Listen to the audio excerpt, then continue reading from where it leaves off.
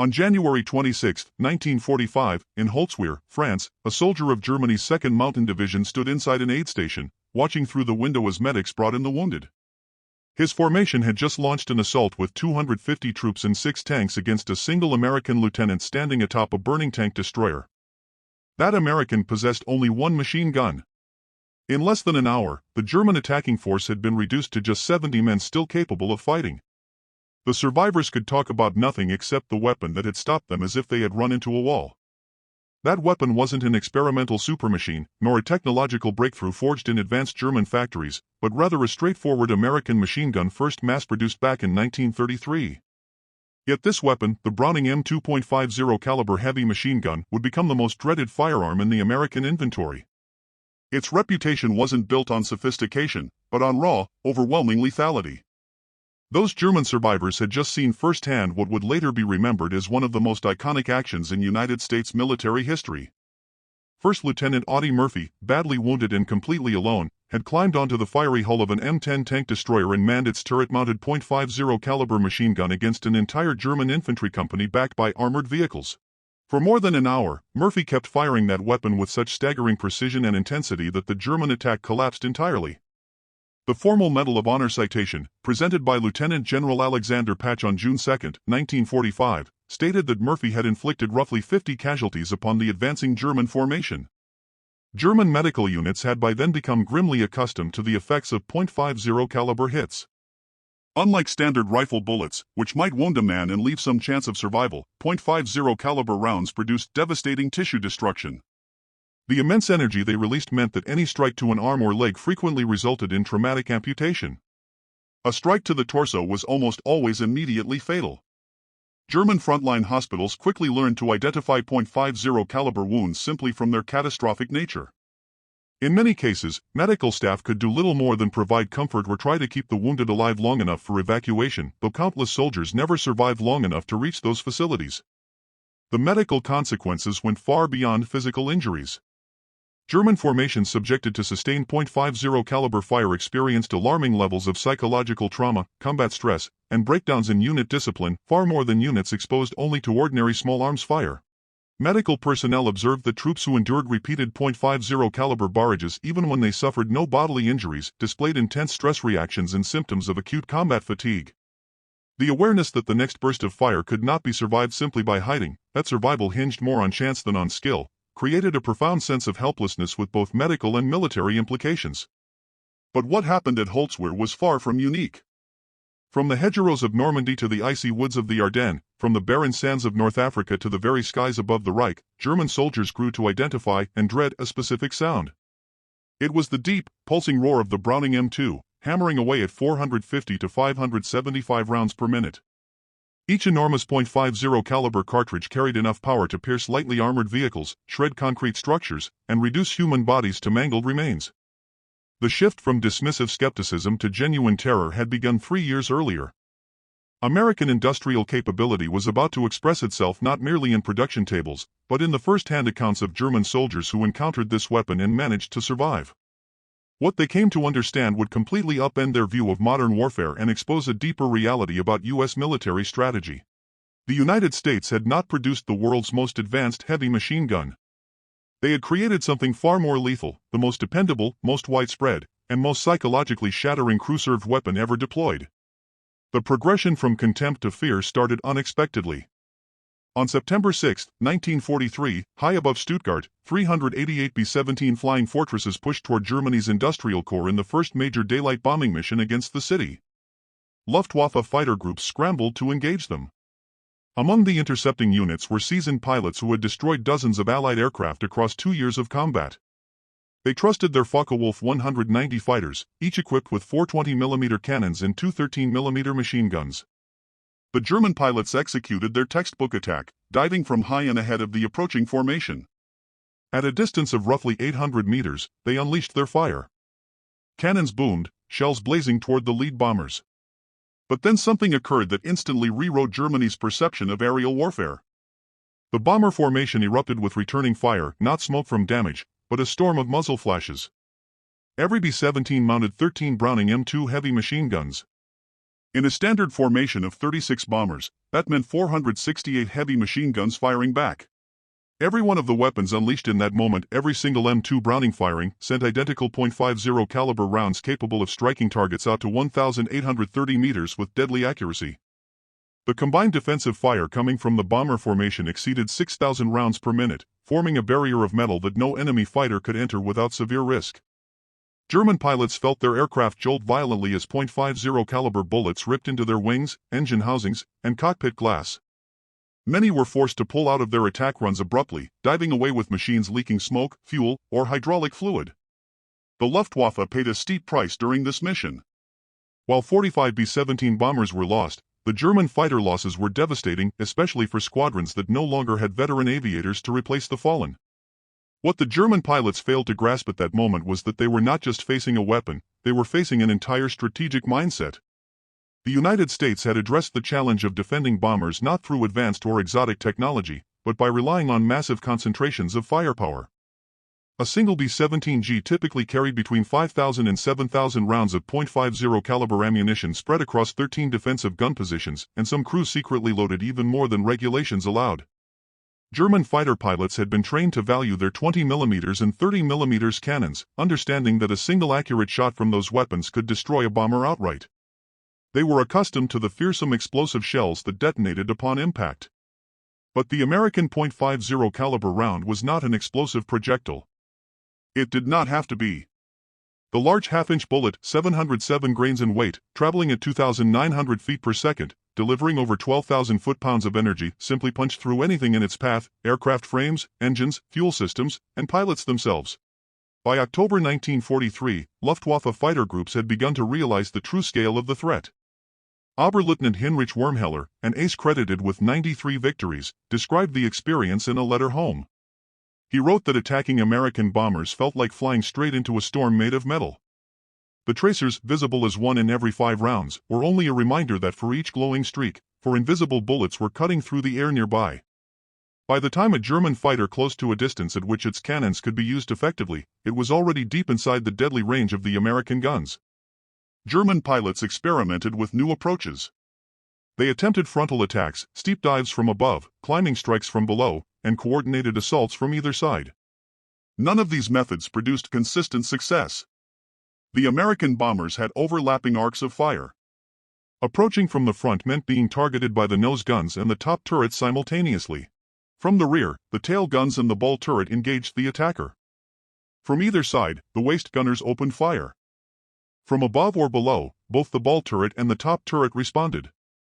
There was simply no direction that offered safety. The United States Army Air Forces designed their combat box formations, groups of 18 to 21 aircraft arranged in layered, three-dimensional space specifically to create intersecting and mutually supporting arcs of defensive fire. But the true nightmare was not merely how much firepower the bombers produced, it was the sheer dependability of that firepower. German pilots flying the Bf-109 or Fw-190 were fully aware that their cannons tended to jam, particularly in the freezing high-altitude air. Even the German MG-131, the 13mm machine gun, though more reliable, still needed careful upkeep and could malfunction at crucial moments. The American Browning M2 behaved differently. It simply functioned. It could maintain sustained fire for hours at a time. It operated reliably in temperatures from -40°C to +40°C. It continued to fire even after taking hits from German cannon shells. It kept working when its barrels glowed red from non-stop use. American ground crews could swap out overheated barrels in minutes, not hours, and the weapon would go right back to firing without hesitation. Lieutenant Wolfgang Fischer, a JG-88 pilot who flew bomber interception sorties over the German homeland, survived the war and later provided testimony during the Luftwaffe's post-war debriefings. His account, recorded in March 1946, captured the growing recognition among German airmen. He noted that they called the American bomber formations Die Fliegenden Festungen, the flying fortresses. What truly made them fortresses, he explained, was not the armor plating or the tight discipline of their formations, but the .50 caliber machine guns that never stopped shooting, never seized up, and never presented an opening. Countless German pilots, he said, were lost not to American fighters but to the bombers' own defensive guns. Attacking them, he described, felt like flying straight into a machine designed to tear aircraft apart. The story was the same on the ground, though shaped by different circumstances. On June 6, 1944, the day of the Normandy invasion, Oberst Hans von Luck led elements of the 21st Panzer Division in an effort to repel the Allied landings. Von Luck was no ordinary commander. He had fought at El Alamein, earned the Knight's Cross, and would later write his renowned memoir Panzer Commander. His division was among the first German formations to engage in prolonged ground combat against American forces. What von Luck discovered was that American doctrine placed the .50 caliber machine gun on nearly every vehicle that moved. Jeeps carried them, trucks carried them. Half-tracks carried them, tanks mounted them on turret roofs, tank destroyers installed them, and even supply trucks were equipped with them for convoy protection. The Americans had accomplished something the Germans had never imagined: universal coverage of heavy machine guns across their entire military formation. Von Luck reflected on the tactical consequences in his memoir. "We were trained and taught doctrines that promised we could overcome any American material advantage. At Normandy, I discovered the reality. The Americans did not rely on superior tactics. They had enough ammunition to make errors and still achieve victory. Every vehicle, every position was equipped with .50 caliber machine guns, firing relentlessly. Daylight movement was impossible. Any maneuver drew instant, overwhelming fire. The psychological impact matched the physical losses. The German army had built its infantry tactics around the machine gun. The MG-34 and its successor, the MG-42, were exceptional weapons. The MG-42 fired at 1,200 rounds per minute, earning the nickname Hitler's buzzsaw among Allied troops who recognized its distinctive roar. German squads carried 1,800 rounds per weapon and structured their maneuvers around supporting the gun crews. The concept, known as Einheitsmasken or general-purpose machine gun, was later adopted by NATO forces because of its tactical soundness. But the Germans had never anticipated the scale of American .50 caliber deployment. A single U.S. armored division advancing through France could field hundreds of vehicles outfitted with these weapons. American supply convoys followed a deliberate pattern of alternating fire, one vehicle shooting to the right, the next to the left, providing protection to both flanks and disrupting potential German ambushes. This approach proved especially effective against Panzer anti-tank teams attempting to engage American armor at close range. Armored units also practiced reconnaissance by fire. Instead of cautiously advancing and waiting for the enemy to reveal their position, American crews would fire their .50 caliber machine guns continuously into any suspicious area: tree lines, barns, stone walls, or hedges. The sheer volume of fire either suppressed hidden German positions or forced return fire, exposing enemy locations. This tactic, extensively documented in primary sources, including Roman J. Moich's tank tactics from Normandy to Lorraine, drove German soldiers to near despair, as they struggled to adapt to the relentless, omnipresent American heavy machine guns. German infantry veterans who had fought on the Eastern Front believed they had endured the worst of industrialized warfare against the Soviets. Then they confronted the American firepower doctrine in France. German squad leaders who survived the Normandy battles and were later captured recounted their experiences in debriefings preserved in the United States Army Historical Division archives. Against the Russians, we faced human wave assaults and relentless artillery barrages. Against the Americans, we faced machine gun fire that never ceased. They fired at everything, at nothing, to keep us pinned down, to prevent movement. They fired because they had unlimited ammunition while we did not. After 2 weeks of engagement with American forces in the Bocage, German soldiers refused to leave cover in daylight. It was not cowardice, it was mathematics. Movement meant certain death. The M16 multiple-gun motor carriage exemplified the pinnacle of American firepower philosophy.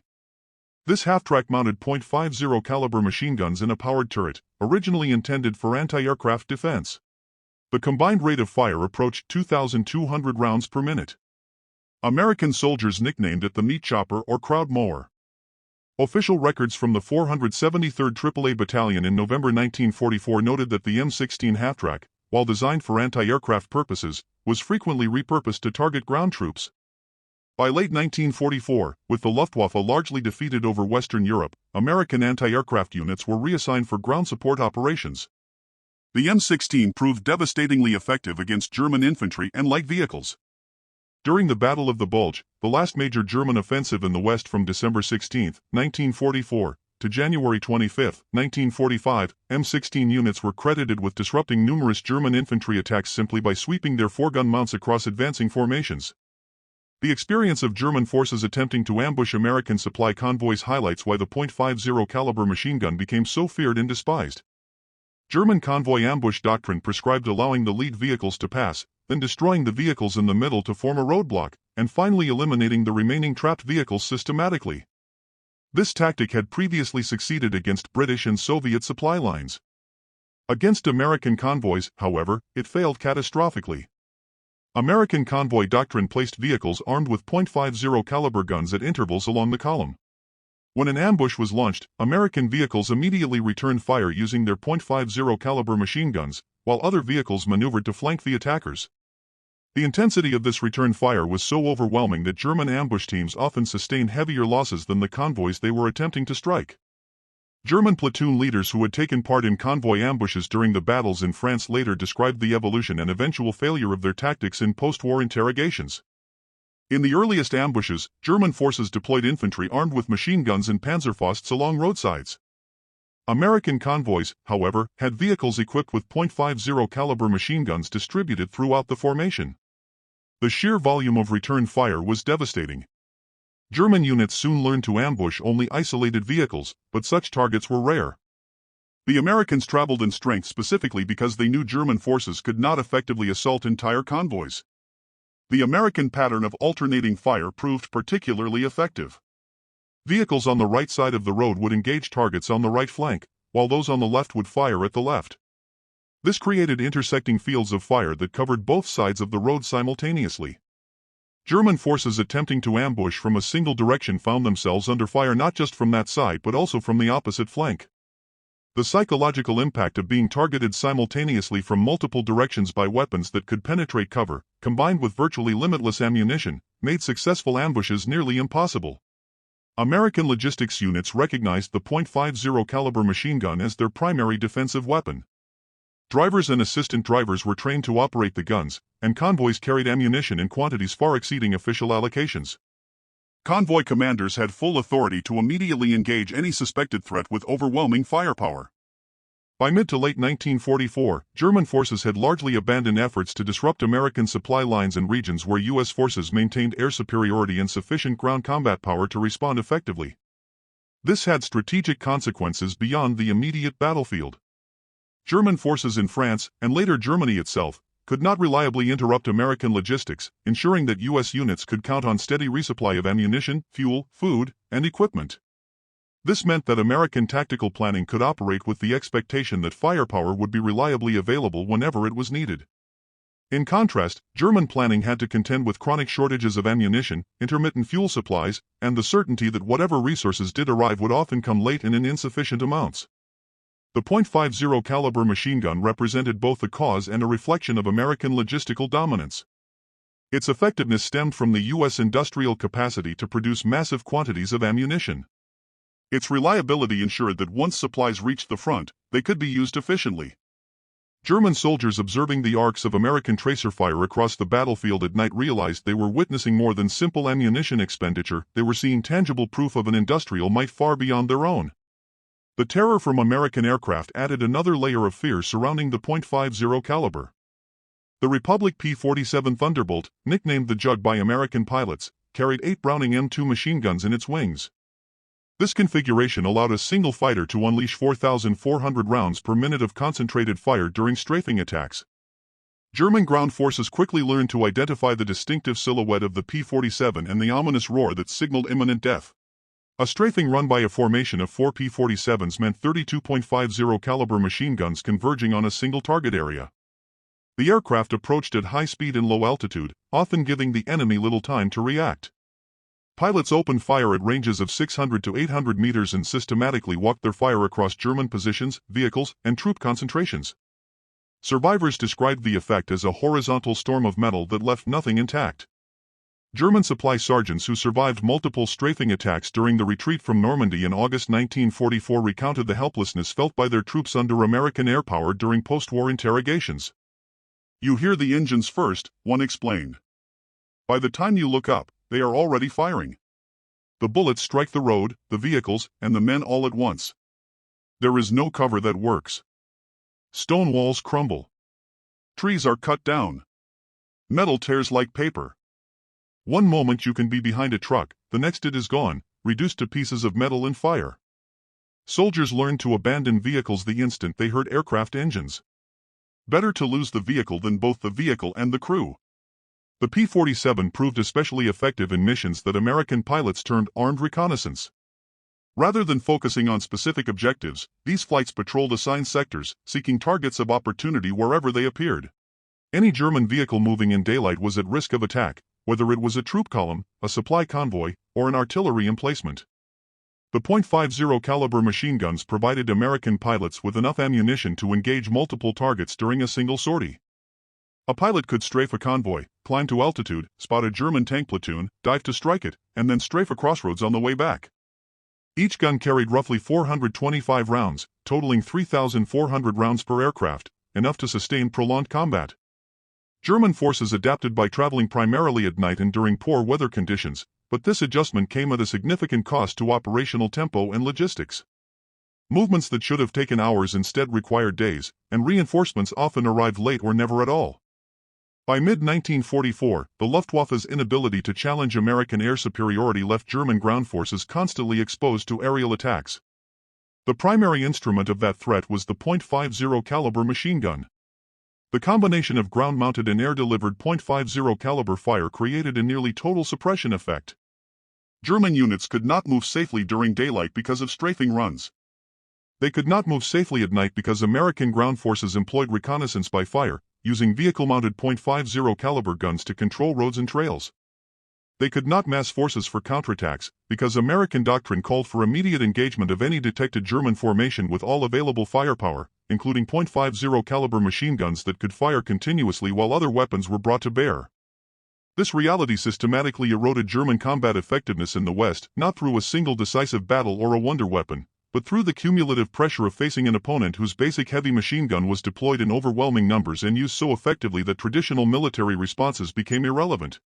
German tactical doctrine, training, and fighting spirit could not overcome the simple arithmetic of American firepower.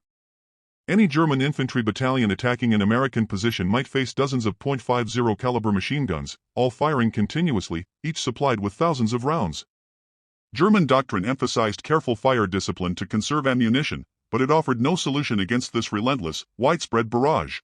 American military doctrine emphasized using overwhelming volumes of fire to suppress enemy forces and maintain operational initiative. When these doctrines met in practice, American material superiority proved decisive. Urban combat highlighted an additional aspect of .50 caliber effectiveness. As American troops fought through towns in France and cities in Germany, the .50 caliber proved essential for suppressing enemy positions inside buildings and destroying fortified structures. The large, high-energy rounds could penetrate multiple walls typical of European construction. Masonry that would stop rifle or conventional machine gun fire offered almost no protection against .50 caliber rounds.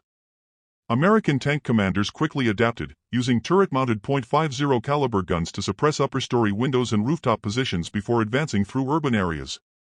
The method was straightforward but extremely effective. A tank would stop at an intersection, and the commander would sweep the .50 caliber across building facades, firing continuously at any potential enemy position. Sustained fire forced German defenders to take cover, allowing infantry to advance safely. The tank would then move forward and repeat the process at the next corner. German panzer teams, normally highly effective in open terrain and particularly threatening in urban settings where they could engage armor at close range, struggled against American combined arms tactics that integrated continuous .50 caliber suppressive fire. A Panzerfaust operator had to expose himself to aim and fire, but American doctrine called for unceasing .50 caliber fire on any suspected position, making successful attacks by panzer crews exceedingly rare whenever American forces employed coordinated combined arms operations. German company commanders who faced American troops in the Rhineland during the final months of the war described in post-war accounts the near impossibility of mounting an effective urban defense against American tactics. German infantry would take positions in upper-story rooms with favorable fields of fire. American tanks would approach and suppress the buildings using .50 caliber rounds and main tank guns. The rounds penetrated walls and ceilings with ease. No position was safe. Soldiers could hide behind furniture or interior walls, yet the bullets still reached them. Survival required abandoning positions before Americans concentrated their fire, but leaving meant ceding ground and there was little territory left to lose. The psychological impact of confronting an enemy equipped with effectively unlimited .50 caliber ammunition in urban terrain was profound and demoralizing. German soldiers intellectually understood that walls and buildings could conceal them but offered no real protection against .50 caliber fire. Emotionally, however, the instinctive drive to seek refuge behind solid objects was overpowering. Observing .50 caliber rounds penetrate meter-thick stone walls and pass through multiple rooms destroyed the psychological assurance that shelter normally provided. Troops felt exposed even when hidden, vulnerable even when shielded by what would normally suffice as cover. This mental erosion accumulated over time. A soldier might survive a single engagement, then another, but each encounter involved watching .50 caliber fire annihilate positions that should have been secure. Eventually, the compounded stress of realizing that no location was truly safe and that Americans could and would obliterate any defensive position with sustained fire undermined combat effectiveness. Units often abandoned positions without direct assault, knowing that American firepower would inevitably render them untenable. The final campaigns in Germany demonstrated the undeniable superiority of American firepower doctrine. German forces fought with bravery and skill, frequently achieving localized tactical victories against numerically superior American units. Yet tactical success was meaningless when American forces could simply concentrate overwhelming firepower and reduce German positions to rubble. The .50 caliber machine gun formed the backbone of this devastating capability. It existed in sufficient numbers to engage any target, was reliable enough to fire continuously for hours, and was supplied with enough ammunition that American commanders never had to limit fire. The weapon was employed according to doctrine that prioritized suppression and destruction over conservation or precision. German tank crews learned to respect the .50 caliber for different reasons. While the M2 could not breach the frontal armor of medium and heavy German tanks, it could damage optical instruments, destroy external stowage, and suppress supporting infantry. More critically, the .50 caliber could penetrate the thinner side and rear armor of many German armored vehicles at combat ranges. American M10 tank destroyers were equipped with a rear-mounted .50 caliber M2 HB machine gun for anti-aircraft defense and close-in infantry protection. Analysis of ammunition use shows that M10s fired significantly more high-explosive rounds than armor-piercing rounds, reflecting extensive deployment in infantry support roles, where the .50 caliber was essential for what crews referred to as cleanup operations in tight quarters. A German panzer crew could disable an American tank, only to be cut down almost immediately by .50 caliber fire from nearby tank destroyers for supporting infantry vehicles before they had any chance to retreat. Night combat added a further layer of terror connected to the .50 caliber. American ammunition employed a ratio of 1 tracer round for every 4 ball rounds. This meant that each fifth .50 caliber bullet visible to the enemy glowed as a tracer, revealing the path of the burst. German soldiers observing American .50 caliber fire at night could track the tracers arcing toward them, streaks of light that appeared slow enough to follow visually, yet struck with lethal speed and force. The psychological impact was enormous. Soldiers could literally see death approaching. They could watch the tracers converge on their location, understanding that for every visible tracer, 4 additional rounds were traveling the same path. The human instinct to duck or dodge was nearly worthless, as by the time a soldier detected the tracer, the remaining rounds had already arrived. Experienced veterans learned to avoid watching the tracers, while inexperienced replacements often became mesmerized, fixating on the deadly light show and freezing in the open, exposing themselves to the fire. American forces deliberately leveraged this psychological effect. Nighttime reconnaissance by fire meant unleashing continuous streams of tracer-laden .50 caliber fire across suspected enemy positions. The visual spectacle was overwhelming. Entire areas lit up with intersecting tracers, while the combined sound of firing and the glowing streaks created what German soldiers described as a hellish environment. Captured German infantry squad leaders near Aachen in October 1944 recounted the experience during interrogations. At night, you can see them firing even if they cannot see you. They shoot at sounds, at movement, at seemingly nothing. The tracers reveal where death is coming from, and there is no escape. Watching the streams of fire, soldiers understood that behind each tracer were 4 additional bullets. One calculates that a single gun firing for 10 seconds releases 50 rounds, only 10 of which are visible tracers. Seeing 10 streaks of light means 40 more rounds are already en route. Then you consider that multiple guns, 5 or 10, are firing simultaneously. The mathematics of the situation are terrifying. Survival is determined not by skill or bravery, but by sheer luck. The Germans had tracer ammunition of their own, but their doctrine emphasized fire discipline, so tracers were used sparingly. A German machine gun team might fire a brief tracer burst to verify aim and then revert to ball ammunition to conserve the more costly tracers.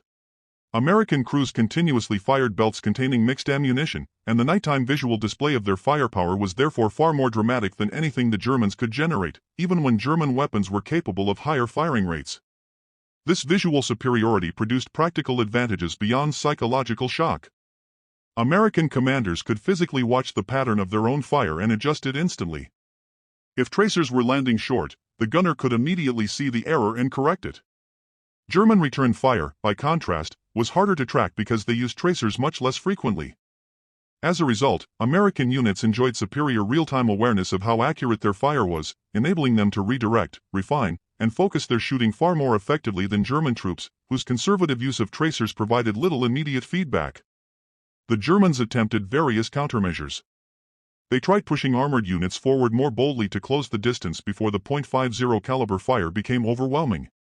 This usually failed because American artillery and air units struck German armor at longer ranges, forcing them to fight precisely at the distances where .50 caliber fire was most lethal.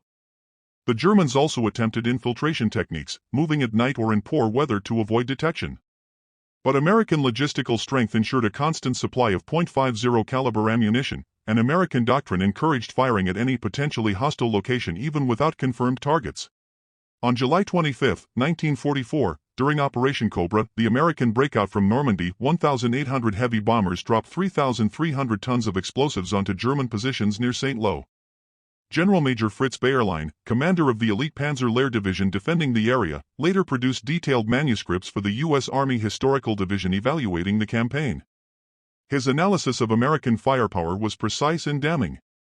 He stated that by the time his division withdrew from the St. Lo region, it had been shattered not chiefly by bombs or artillery, although those inflicted major losses, but by the steady, relentless accumulation of small arms fire that crippled his ability to maneuver. American .50 caliber machine guns mounted on every imaginable vehicle ensured his troops could not reposition or react to American thrusts without coming under immediate, devastating fire. His ultimate conclusion was that the Americans had resolved the core challenge of modern warfare. They discovered how to project overwhelming firepower without needing superior training or more advanced tactical skills. Bayerlein, who was promoted to General Lieutenant on July 20, 1944, later fought in the thick of the Ardennes during the Battle of the Bulge and finally surrendered in April 1945. His post-war analyses became major references for understanding German views of American combat techniques. He repeatedly emphasized that the .50 caliber machine gun operated by troops with limited specialized training and supported by massive ammunition reserves produced a foundational level of firepower that German forces, despite possessing more refined weapons and better trained crews, simply could not equal. During the harsh winter of 1944, the Battle of the Bulge erupted, Germany's final major attempt to strike back in the West. German troops achieved total tactical surprise and gained early momentum.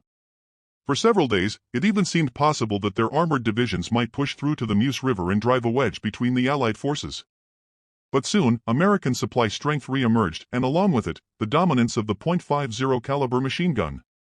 U.S. units rushing into the Ardennes carried their usual loadouts of weapons and ammunition, meaning that even hastily assembled defensive positions could unleash overwhelming streams of .50 caliber fire against German assaults. The clash shifted into exactly the kind of grinding, high-intensity attrition battle that played directly into American industrial and logistical advantages. In Bastogne, the surrounded American defenders used their .50 caliber machine guns with brutal efficiency against repeated German infantry attacks. The weapons continued to function flawlessly despite sub-freezing temperatures, thick mud, falling snow, and the overall chaos of continuous combat. German planners made a critical miscalculation in preparing for the offensive. They assumed that poor winter weather would immobilize American aircraft and suppress U.S. fire superiority. Their assumption was only partially correct. While the bad weather initially restricted air activity, they failed to consider that ground-mounted .50 caliber machine guns were unaffected by such conditions, and that American logistics could sustain ammunition consumption at levels the Germans could not begin to match. General der Volkssturmtruppe Alfred Schlemm commanded the 1st Parachute Army from November 1944 until March 1945, when he was wounded during Operation Veritable, the Canadian First Army's assault across the Rhine. Schlemm faced the daunting responsibility of resisting Allied offensives with shrinking resources and deteriorating troop quality. His post-war assessment, like Bayerlein's, emphasized the accumulating psychological strain created by relentless American firepower. Schlemm observed that by early 1945, German soldiers could identify the sound of American .50 caliber fire from extremely long distances. Knowing that any position could be targeted by these guns, that any movement might trigger instant fire, and that German forces lacked a meaningful countermeasure, produced what he described as a defensive mindset that made offensive action nearly impossible. Although his troops managed to withdraw across the Rhine before the final Allied advance, he attributed most of their losses to the constant attrition inflicted by American heavy machine gun fire during the retreat. The technical characteristics of the M2 Browning provide clear insight into why it was so devastating. The weapon weighed 84 pounds without its tripod and 128 pounds when mounted on the M3 tripod, making it heavy but still manageable for a crew-operated system. Its effective range of roughly 1,830 meters allowed it to strike targets far beyond the reach of German rifles and light machine guns. Although its firing rate of 450 to 575 rounds per minute was slower than that of the German MG42, a higher rate of fire offered no advantage when German gunners faced severe ammunition shortages. The .50 caliber Browning cartridge used in the M2 possessed characteristics that made it lethal against a broad array of targets. The standard M33 ball round left the barrel at 2,910 feet per second. Armor-piercing variants could punch through 19 millimeters of armor at a distance of 500 meters. The M8 API, an armor-piercing incendiary round, penetrated 16 millimeters at the same range and ignited fuel or ammunition after impact. The M20 API version, equipped with a tracer component, could pierce 21 millimeters at that distance. As a result, although the .50 caliber could not breach the heavy frontal armor of Tiger or Panther tanks, it could penetrate half-tracks, armored cars, and the side or rear armor of many German vehicles. Even more critically, it could destroy truck engines, rupture fuel tanks, disable artillery weapons, and suppress infantry at distances where enemy return fire was useless. The M2's exceptional dependability was rooted in its design.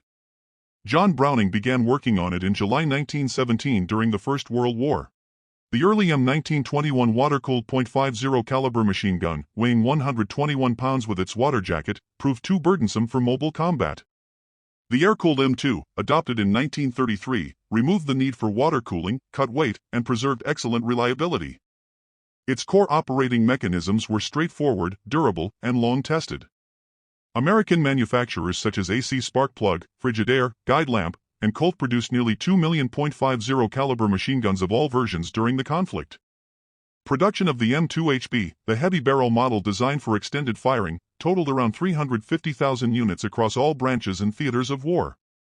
This enormous level of production ensured that American forces were never short of replacement guns or spare components. The Germans understood, at least in theory, what they were up against. Many of their own weapons were, in several technical aspects, more advanced.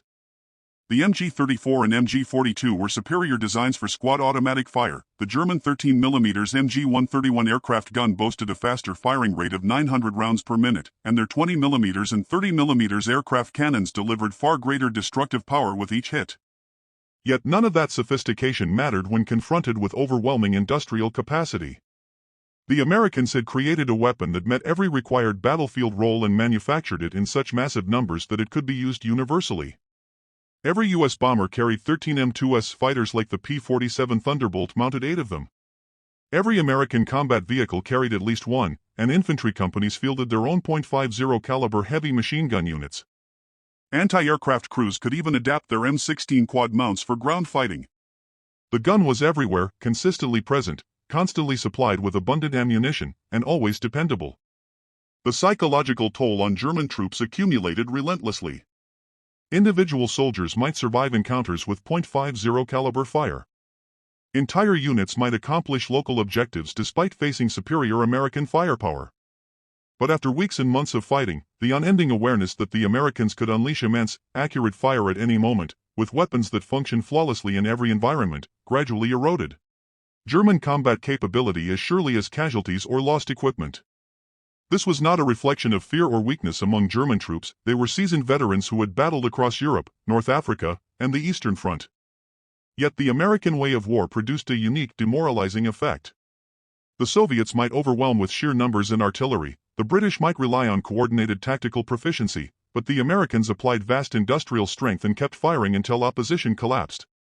German commanders found it increasingly hard to inspire their soldiers to attack when they knew .50 caliber fire would immediately greet any movement. German infantry grew hesitant to maneuver in daylight, and their vehicles stayed hidden instead of pushing forward.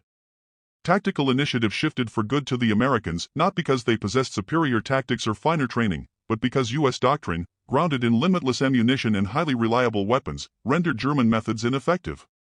The bitterness German soldiers expressed toward the .50 caliber reflected the frustration of skilled professionals confronted by raw industrial power, a resentment born from craftsmen meeting mass production, and disciplined fighters facing the brute force of mechanized warfare.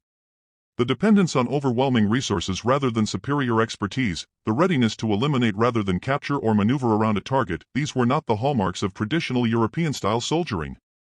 They reflected the mindset of an industrial giant that had concluded that spending material was cheaper than losing men and more effective than relying on refined tactics. After the conflict, German analysts and former officers consistently reached the same conclusion. The American .50 caliber machine gun was far from the most advanced weapon of the Second World War. It was not the quickest firing, nor the most precise, nor the lightest, nor the most adaptable. Its power lay in its unmatched effectiveness, created by its dependability, its constant presence, and the immense logistical network that supported it. The gun itself was only one component. The real strength was the system that mass-produced it in the millions, delivered billions of cartridges, and employed it under a doctrine that viewed massive material use as the acceptable cost of victory. It was this system, not merely the weapon, that overwhelmed Germany. The enduring impact of the M2 Browning is evident in its survival into the modern era.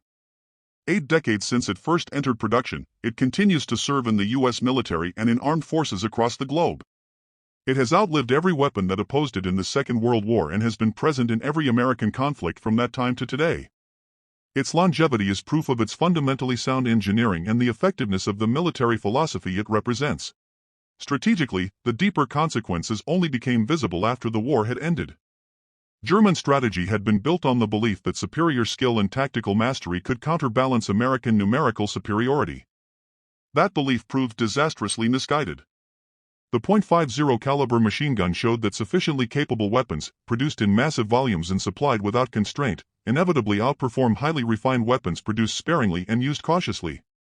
German tank commanders who once dominated Soviet armor through tactical finesse discovered they could not maneuver against American combined arms teams equipped with numerous .50 caliber guns.